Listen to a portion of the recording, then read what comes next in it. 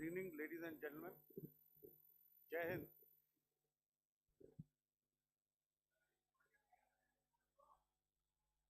Uh, Welcome to this special press conference on Operation Sindoor. We will begin with opening statements by the three senior officers to my right here, who have been directly overseeing operations during Operation Sindoor. We have Lieutenant General Rajiv Ghai, Director General Military Operations, who will cover the aspects related to land domain. Air Marshal A.K. Bharti, to his right, Director General Air Operations, will provide insights on the air domain.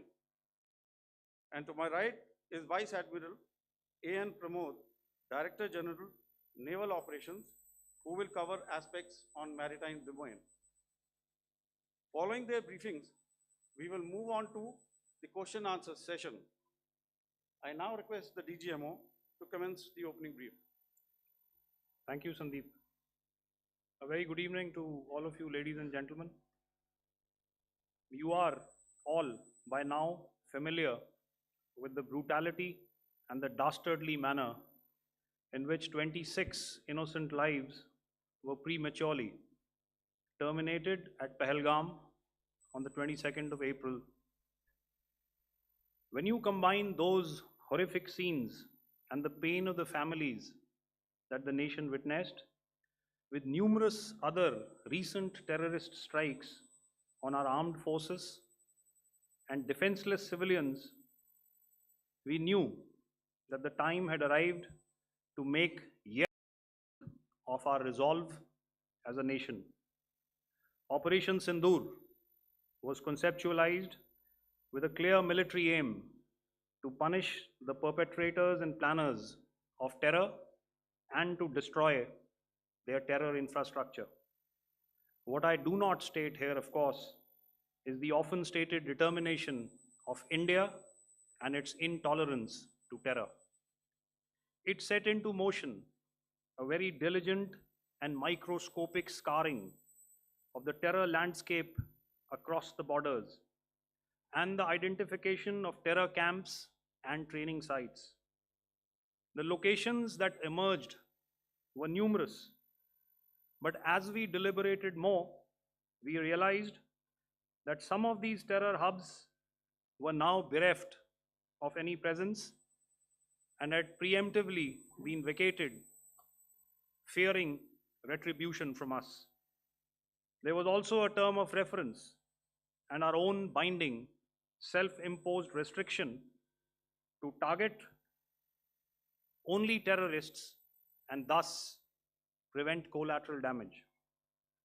There were 9 camps that you are now all familiar with, which were confirmed by our various intelligence agencies to be inhabited.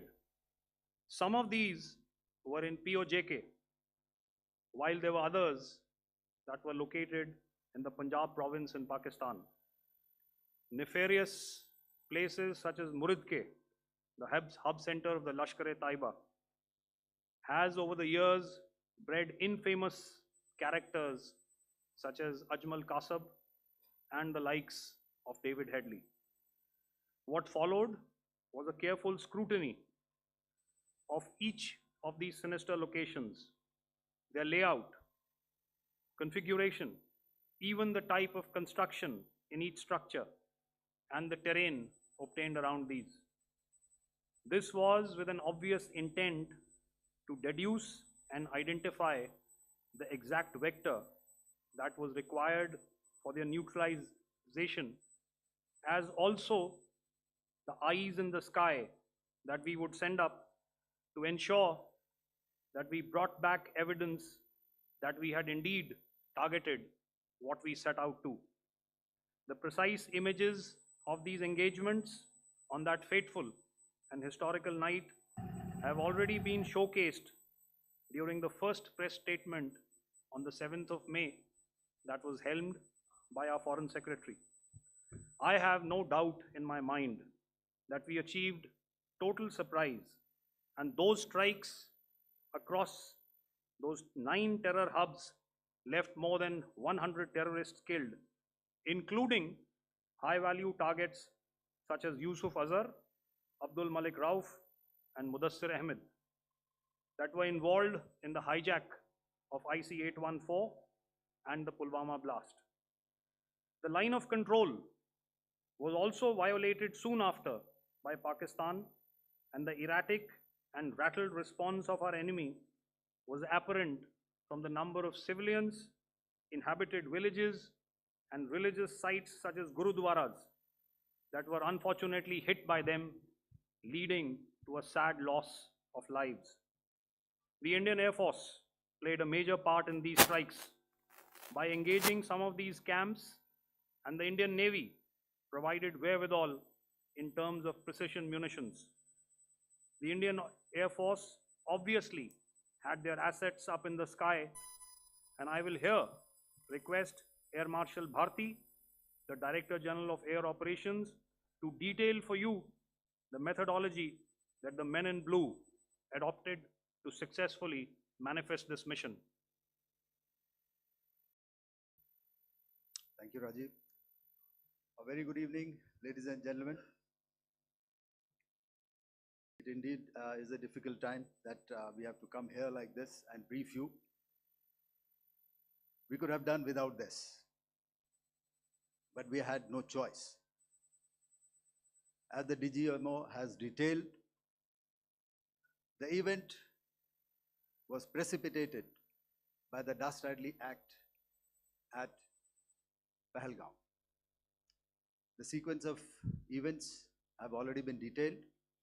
We carefully selected the targets, and out of the 9 selected targets, the target systems that were given to the Indian Air Force were the notorious training camps at Bhavalpur and Muridke, these being further from the international boundary. Through critical target system analysis, we analyzed what was to be done to annihilate these targets and plan to engage these targets with precision air-to-surface guided munitions so as to avoid collateral damage. The modalities of planning process I will not go through at this instant. However, what I would like to show you is the results that we achieved through our targeted airstrikes. Could I have the second slide, please?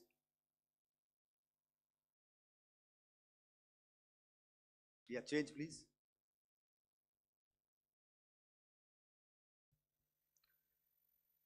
Okay. This is what the terror infra at Muridke looks like. If you see, north is as indicated, and to the right is east, where the international boundary lies. Could we have the next slide, please?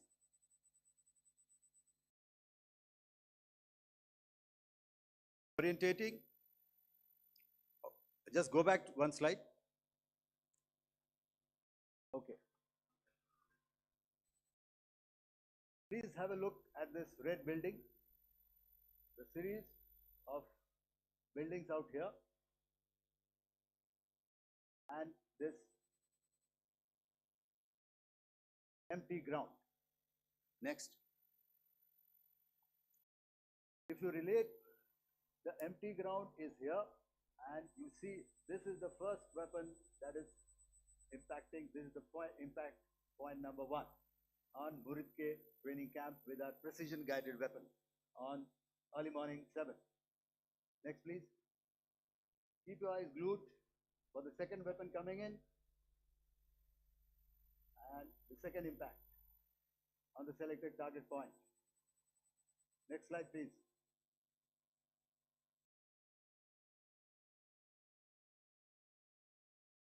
Third weapon, third impact. Continue. fourth weapon, fourth impact. So through these targeted and precision targeting, we addressed the target at Muridke, which was the turning infrastructure. Can you hear me? All right. Okay, I'll come closer to the mic. Now we go to the next target, which is the Bhavalpur training camp. Next slide, please. Okay, just wait. So the effect, if you see, the impact point, if I can point out, this is the impact point. The ammunition has gone through the roof and it has created a blast inside, the photographs of which you would have, all of you would have seen. And the red building, after that, there was this double-story building. It has been completely decimated by our precision targeting. Next, please. The target system, which was in the north, a series of buildings. I will show you how it looked. Next.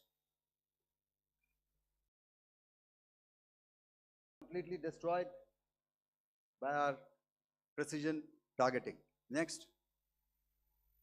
Now coming to Bhavalpur, this is the target complex that we are dealing with, a fairly large target complex. So we had to carefully choose the points that we needed to address, which were high value and which would meet our stated objectives of eliminating the terrorists.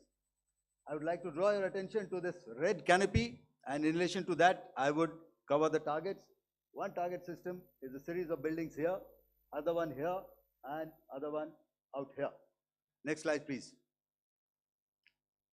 This is how it looked before, and this is how the building looked after the impact of the weapon. And orientation in relation to this red canopy, you can see here. Next, please. Before, next, and after. The roofs have completely collapsed. Next. This is the target system. Next.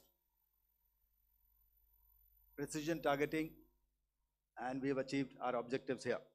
Next. All right, so that was what we did on the 7th. Our objective was to address these two terrorist camps, and that we did with precision. And thereafter, we maintained a robust air defense posture, because remember, our objective was to target the terrorists and terrorist infrastructure, not any other infrastructure, not the Pakistani military, not the Pakistani any other infrastructure. So that is what we have maintained on the 7th of May. However, what we saw in the evening of 7th of May, we were saturated with a raid of Pakistani unmanned aerial vehicles and small drones. And these came in waves in our civilian areas, over our military installations, and all of them were successfully intercepted. Few of them did manage to land. However, there was not much damage that they did. And we have our robust counter-US hard kill and soft kill systems which did the job. However, the difference here was that we had targeted the terrorists. The adversary now has targeted our civilians and the military infrastructure. So it had to be responded to. So in a quick and calibrated response, that very night, we struck their radar installations at Lahore and close to Gujranwala, the LYT installation, to indicate to him that we are ready, yet we do not want to escalate. Our fight was with the terrorists and not with the Pakistani military establishment. Thank you.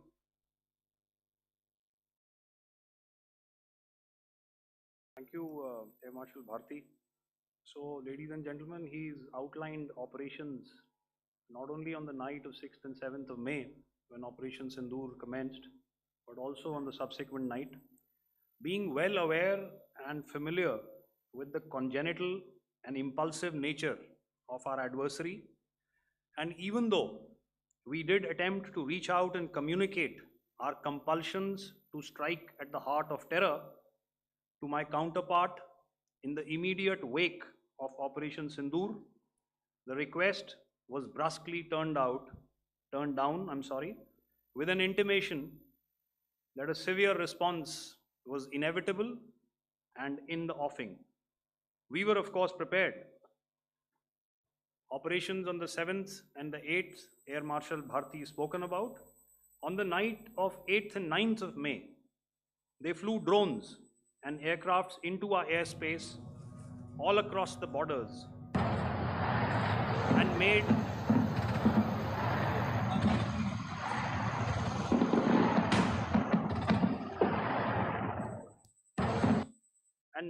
largely unsuccessful attempts to target numerous military infrastructure.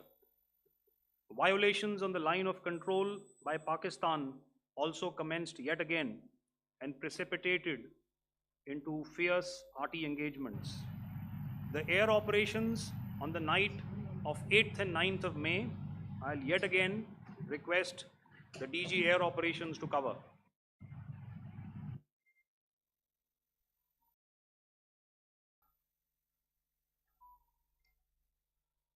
So I just covered what happened on the night of 7th and 8th.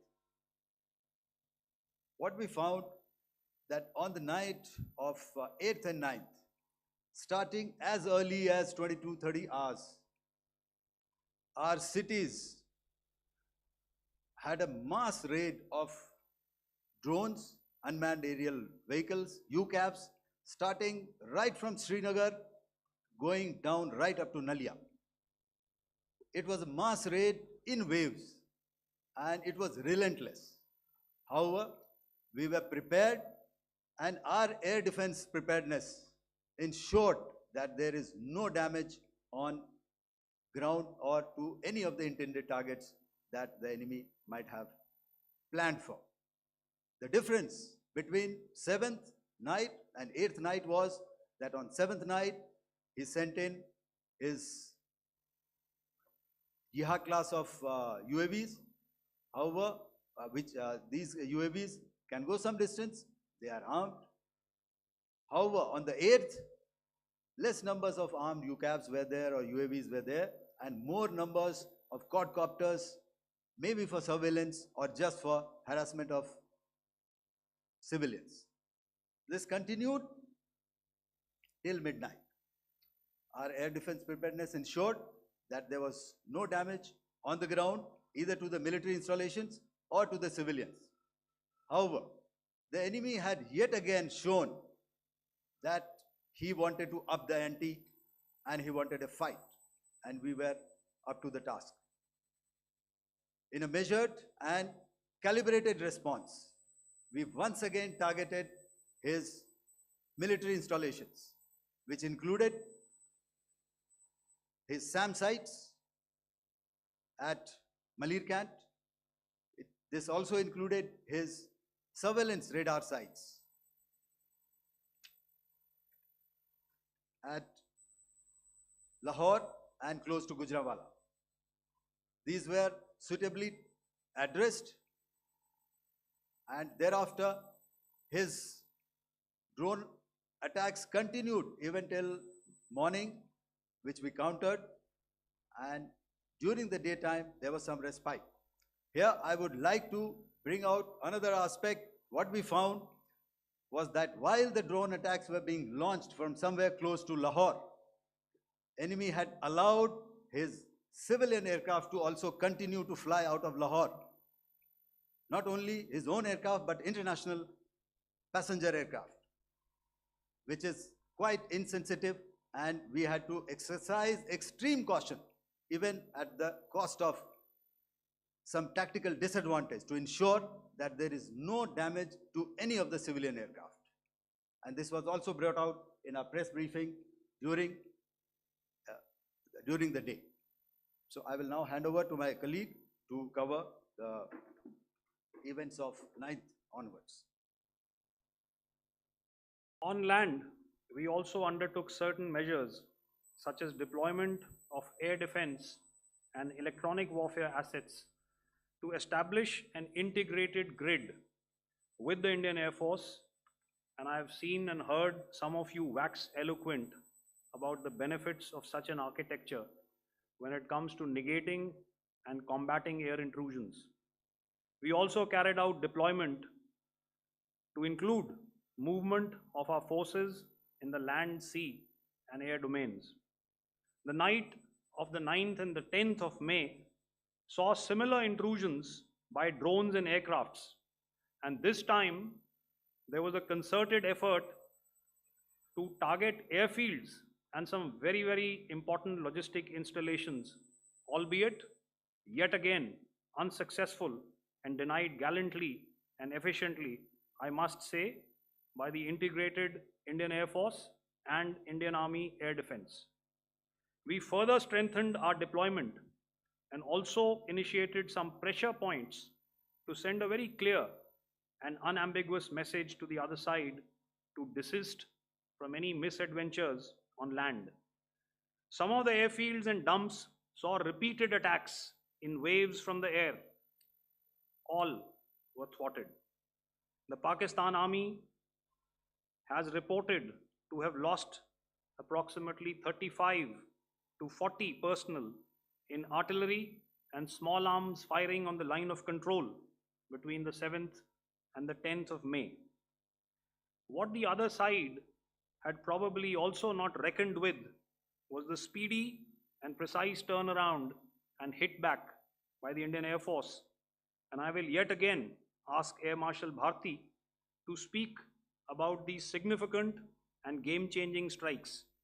I will thereafter request Vice Admiral Pramod, my colleague and Director General of Naval Operations, to tell us about some very telling naval maneuvers in the Arabian Sea that exerted pressure on the night of 9th and 10th of May. Over to you, sir. Commencing about 2000 hours, that is 8 p.m. local time, on 8th of May, several Pakistani unmanned aerial systems, drones, combat vehicles attacked multiple IF bases. These included Jammu, Udhampur, Pathankot, Amritsar, Bhatinda, Nal, Dalhousie, Thois, Jaisalmer, Uttarlai, Falodi, Nalia. These were almost simultaneous and they came in waves. All our AD guns and other systems were waiting for them. All these waves were neutralized by our trained crew using the air defense systems that they have, and also some of them were utilized using our legacy systems like Pechoras and IF Summer, which we have recently acquired, and some were neutralized by the Garud snipers. There was no damage on ground from these incursions and these mass raids, if I could call them, from the Pakistani side. However, following these relentless attacks on our air bases, on our forward positions, and on our civilian targets, this was time to convey some message to our adversaries. And therefore, a decision was taken to strike where it would hurt. And towards that, in a swift, coordinated, calibrated attack, we struck air bases, command centers, military infrastructure, air defense systems across the entire Western Front. The bases we struck include Chaklala, Rafiki, and mind you, Chaklala is Islamabad, Rahim Yar Khan, Sakar, sending a clear message that aggression will not be tolerated. This was followed by strikes at Sargoda, Bholari, Jacobabad. We also struck the C2 centers at Murid, the UAE complex at Murid, Rafiki, radar at Chunia, which I will show you, Rahimyar Khan airfield, and the unmanned combat aerial vehicle hangar at Sakar. I would like to reiterate here that we have the capability to target every system at these bases and more. However, it was only a measured response to instill good wisdom to our adversary to refrain from further escalation. IF response was directed only at military installations, avoiding civilian and collateral damage. I would now like to show you some of the effects that have been achieved as a result of our air operation.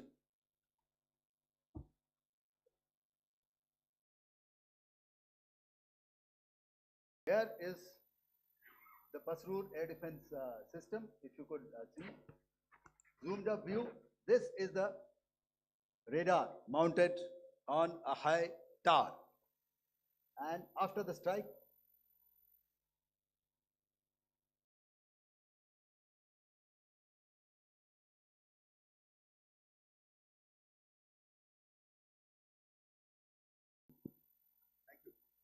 can you hear me? Yeah, thank you. And after the strike, this is what has happened. This radar has been taken out, completely burnt. Next slide, please. The Chunia air defense radar, which was taken out on 7th and 8th,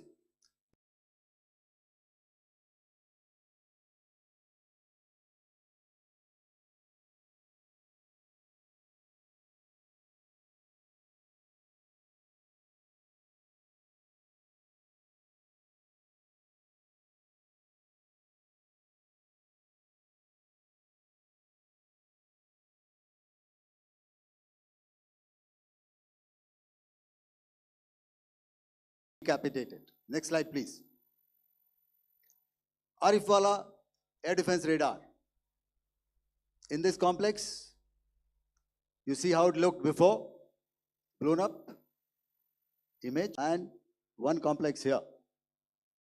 So this is how it looked before, and same, you see a big crater, another crater.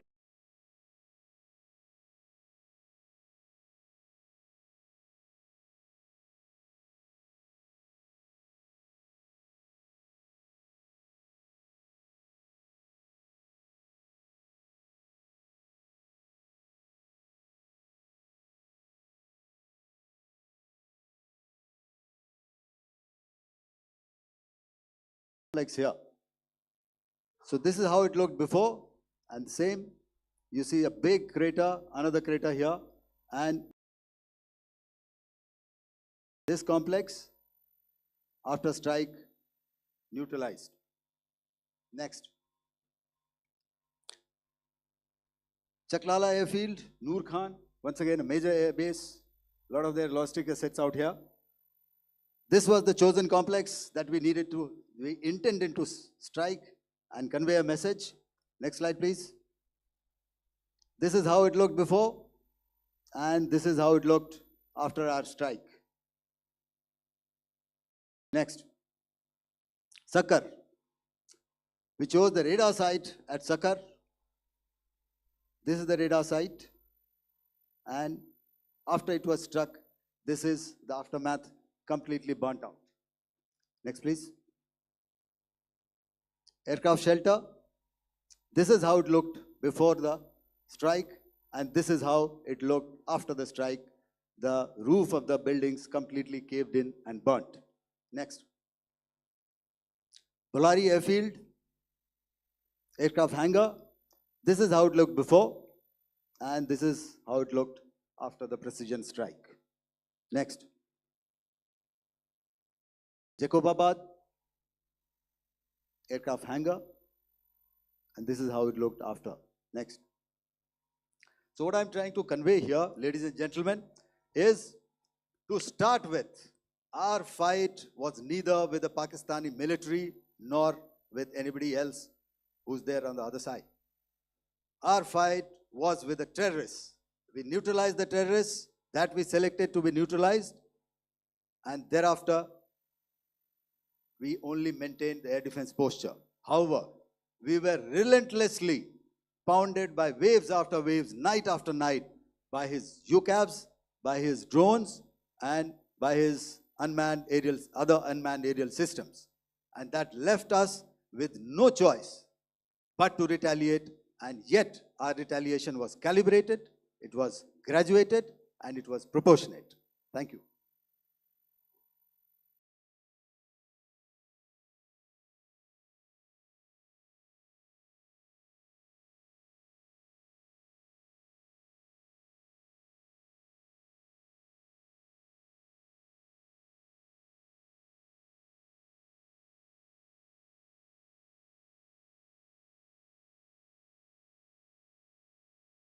Good evening, ladies and gentlemen.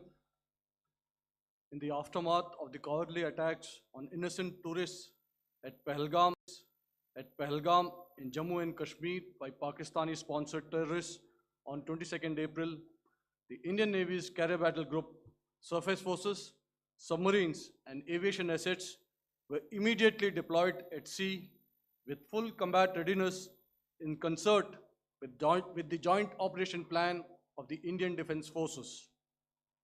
You may be aware that we tested and refined tactics and procedures at sea during multiple weapon firings in the Arabian Sea within 96 hours of the terrorist attack. The aim was to revalidate our crew, armament, equipment, and platform readiness to deliver various ordnance on selected targets precisely. Thereafter, our forces remained forward deployed in the Northern Arabian Sea in a dissuasive and deterrent posture with full readiness and capacity to strike select targets at sea and on land, including Karachi at time of our choosing. The forward deployment of the Indian Navy compelled Pakistani naval and air units to be in a defensive posture, mostly inside harbors or very close to the coast, which we monitored continuously. The Indian Navy maintained seamless maritime domain awareness throughout the duration and was entirely aware of the location and movement of Pakistani units. In effect, we had and continue to have good battle space transparency using our maritime domain awareness grid. As you are aware, our response has been measured, proportionate, non-escalatory, and responsible from day one. Accordingly, the calibrated approach considered all options, including the ability of the Indian Navy for offensive action from and at sea.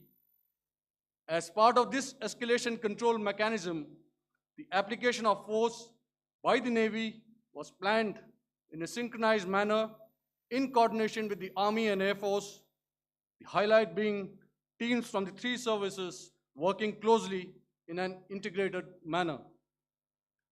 Along with the kinetic actions by the Indian Army and Indian Air Force, the overwhelming operational edge of Indian Navy at sea contributed towards Pakistan's urgent request for a ceasefire yesterday. As we speak, Indian Navy remains deployed at sea in a credible deterrent posture to respond decisively to any inimical action by Pakistan or Pakistan-based terrorists. Thank you. Samno Varna, Jai Hind. Now I'll hand over to Director General Military Operations for further proceedings. Ladies and gentlemen, on the 10th of May, in the morning, even as we were getting into a huddle to wargame the events of the previous night, a routine exercise, I received a message on hotline from my counterpart in Pakistan seeking my willingness to communicate. Since our initial aim was to strike at terror camps, and all our actions in the subsequent days were in response to the intrusions and violations by the Pakistan Air Force and its army, it was decided that I would indeed speak with my counterpart. You are already aware, I've seen it being covered on national television, that my communication with the Pak DGMO was conducted at 15:35 hours yesterday and resulted in cessation of cross-border firing and air intrusions by either side with effect from 1700 hours 10th of May, after he proposed that we cease hostilities. We also decided to further speak on the 12th of May, that's tomorrow, at 1200 hours, to discuss the modalities that would enable the longevity of this understanding. However, disappointingly, and must I add, expectedly, it took only a couple of hours for the Pakistan Army to violate these arrangements by cross-border and across the line of control firing, followed by drone intrusions across the expanse of the Western Front through last night and in the early hours of the morning today. These violations were responded to robustly and dealt with as they must be.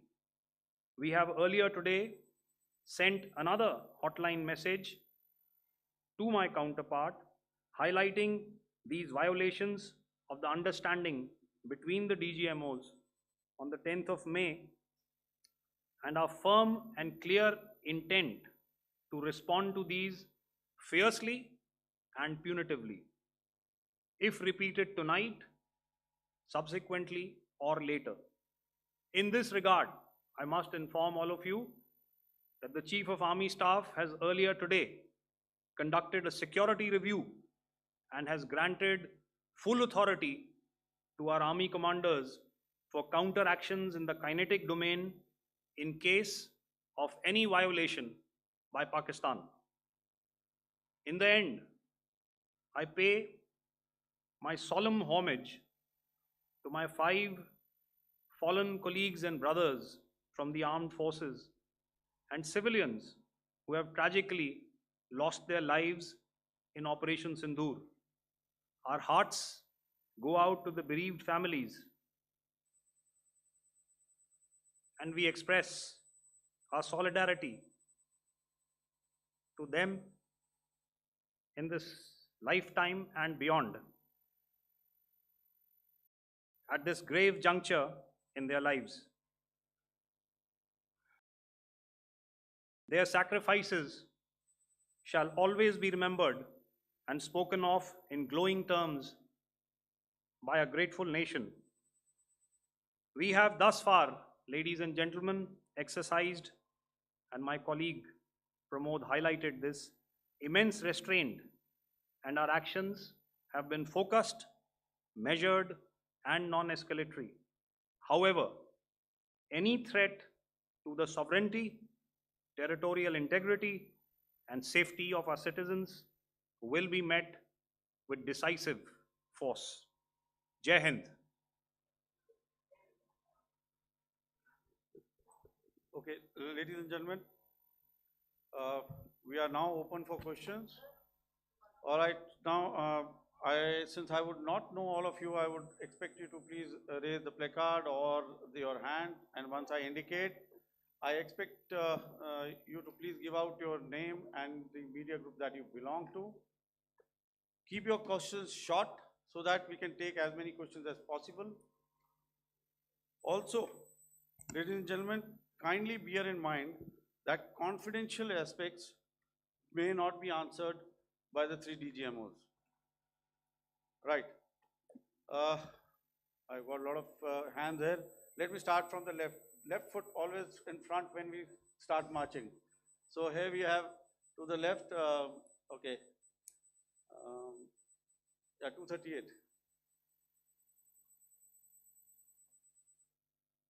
Hello. So this is Manas Pratimhuyan from PTI, Press Trust of India. So the